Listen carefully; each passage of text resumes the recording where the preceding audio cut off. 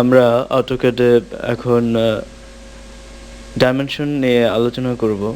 Dimension drawing এর একটি গুরুত্বপূর্ণ বিষয়। ডাইমেনশন ড্রয়িংকে পরিপূর্ণ করে। ডাইমেনশনবিহীন ড্রয়িং কোনো ড্রয়িং নয়। আসলে আমরা ডাইমেনশন যে কাজগুলোতে ব্যবহার করি, যেমন একটি অবজেক্টে তার ডিস্টেন্স, আমরা ডাইমেনশন দিয়ে দেখছি ড্রয়িংয়ের দূরত্বগুলি। ডাইমেনশন আমরা কিভাবে দিতে পারবো সেই বিষয়ে যখন আমরা আলাপ করব। ডাইমেনশন আমরা কমান্ডে লিখে দিতে পারি টুলবার থেকে কিংবা মেনু বার থেকে।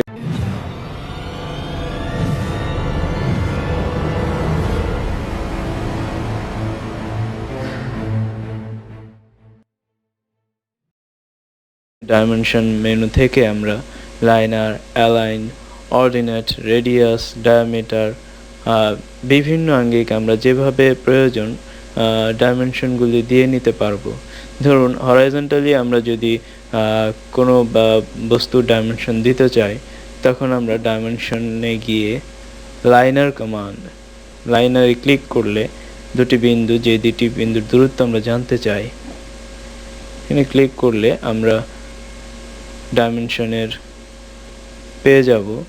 আমরা যদি কোনো হেলানো অবস্থায় অ্যালাইন করে এই বিন্দু থেকে কর্নারের বিন্দুর দূরত্ব আমরা মাপতে চাই অ্যাঙ্গুলারভাবে, কোণাকুণিভাবে, তখন অ্যালাইন্ড সিলেক্ট করে আমরা ডাইমেনশন নিতে পারি। আমরা যদি ভার্টিক্যালি ডাইমেনশন দিতে চাই, তখন আমরা লাইনারের সাহায্যেই আমরা ডাইমেনশন দিতে পারবো। এভাবে আমরা ডাইমেনশনগুলি সাধারণভাবে দিয়ে নিতে পারি।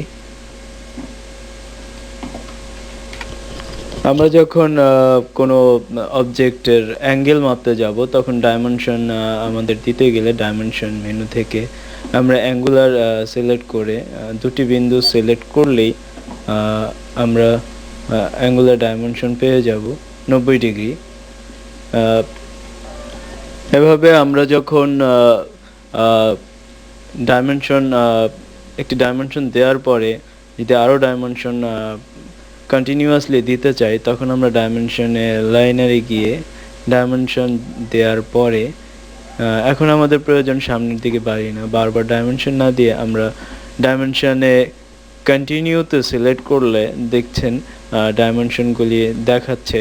আমরা বিন্দুগুলিতে সিলেক্ট করলেই অনবরত ডাইমেনশন পেয়ে যাব। এভাবে আমরা সাধারণভাবে ডাইমেনশন করতে পারি।